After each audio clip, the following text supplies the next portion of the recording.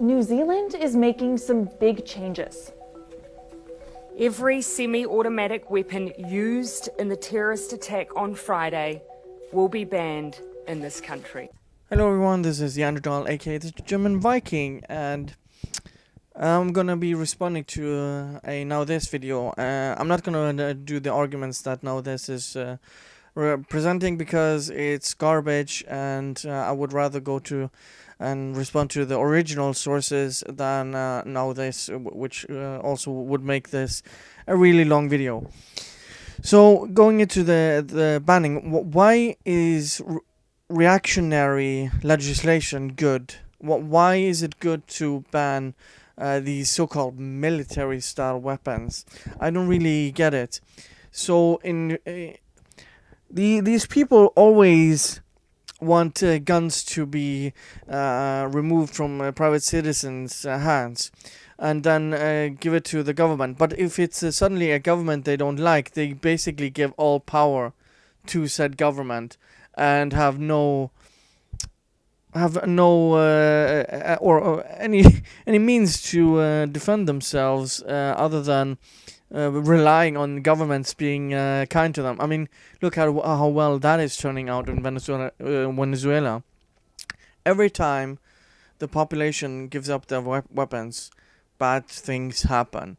That's just a fact. And giving up your right to having legally obtained rifle is just insane that New Zealanders are accepting this just like that. I think something like this could happen in New Zealand.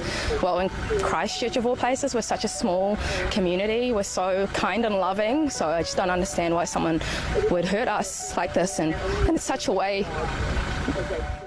You know, the same thing could be said about all the 800 people who lost their lives to Islamic terrorism in March.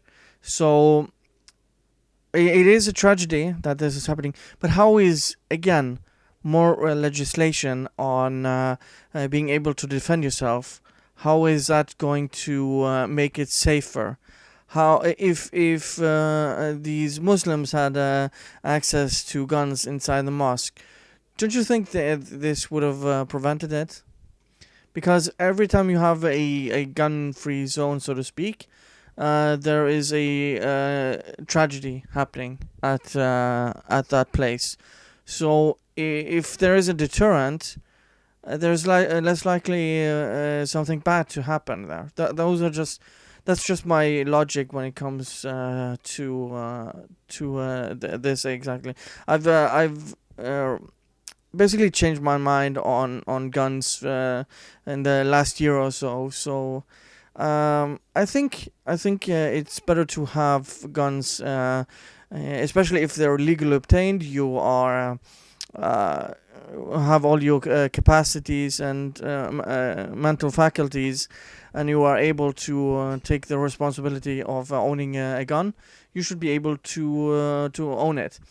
And it shouldn't be legal the government to take in the legally obtained weapons and take private property, and that's basically what this is. This is socialism in action, where they're trying to seize private property which people paid for, which they legally own, and want to basically change the rules and make you basically their own populace criminals. That's what it boils down to.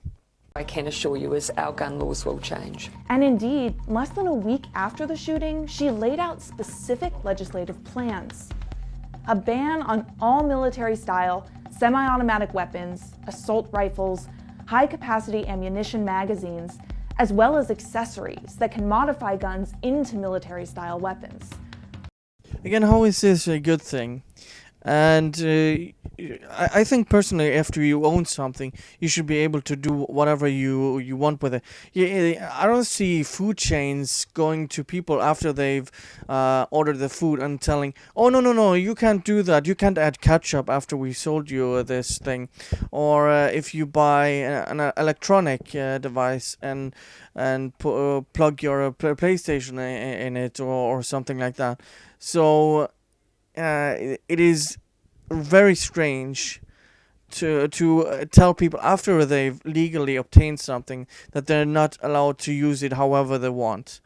That's just I don't like that either. Basically, authoritarianism and these leftists who want to basically tell everyone how to live and what to do with their own property. And I don't like this from a principle standpoint that the government shouldn't be able to tell you what to do after you've legally bought something and you own it. There shouldn't be any involvement from the government or the state whatsoever. I've been a firearms owner for about 20 years, and for at least 10 of those I've owned a semi-automatic rifle. For me, the utility or convenience of a semi-automatic rifle weighed up against the possibility of another tragedy like we've witnessed in New Zealand is really not a difficult comparison at all. It's really not worth the risk to my mind. Think about this logic for a second. So you have a gun in your home, and you're basically saying you don't want to risk this happening, even though you own the gun. So is he afraid that he's just gonna go around shooting people? Shouldn't he be being tested, and shouldn't it have been flagged in the system that this guy is unstable? And this just reeks of virtual signaling from this guy.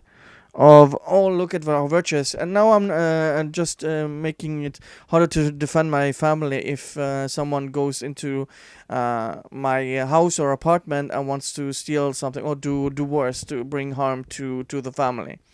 And I bet you that they're not gonna have legal guns or knives or whatever they're gonna have. They don't really care because they're criminals. This is the logic. These people, he just wants to virtue signal that guns are just evil because one person used it for evil, even though there are thousands of if not hundreds of thousands or millions of people who have guns and never commit a crime or harm any person whatsoever. So this is just very, very, very flawed logic. There's been a few things said this last few days that guns themselves aren't necessarily dangerous, it's the people that use them, so more careful vetting might be a good idea too. Still, none of the changes that have been made in the past dealt with one of the most glaring issues we have that sets New Zealand apart from many other nations: the availability of military-style semi-automatic weapons. You know what never, ever, ever helps? Banning and censoring things. You like to go around and claim, like this farmer. I'm using those two, the differences of, you have the Prime Minister wanting to ban something because bad, and you have this one guy saying you're basically using a collectivist fallacy where you're telling everyone who owns a gun is evil, and not everyone who owns a gun is doing evil deeds. And the same government is censoring books like Jordan Peterson's book and the manifesto of the Christchurch terror attack, and that seems to be all okay. So how again, I've talked about this in previous videos.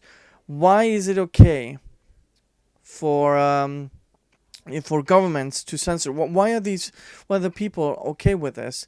Well, whether you have a government censure of what is okay and not okay, and I mean, Australia had for a long time. I don't know quite the rules there, but I think they've eased up a little bit on it. but you've basically had to import games from other countries to play, especially if they are adult games like GTA or violent games. So, and why is it the government's job to be a nanny for its populace? Why does it get to say what is good and what is bad?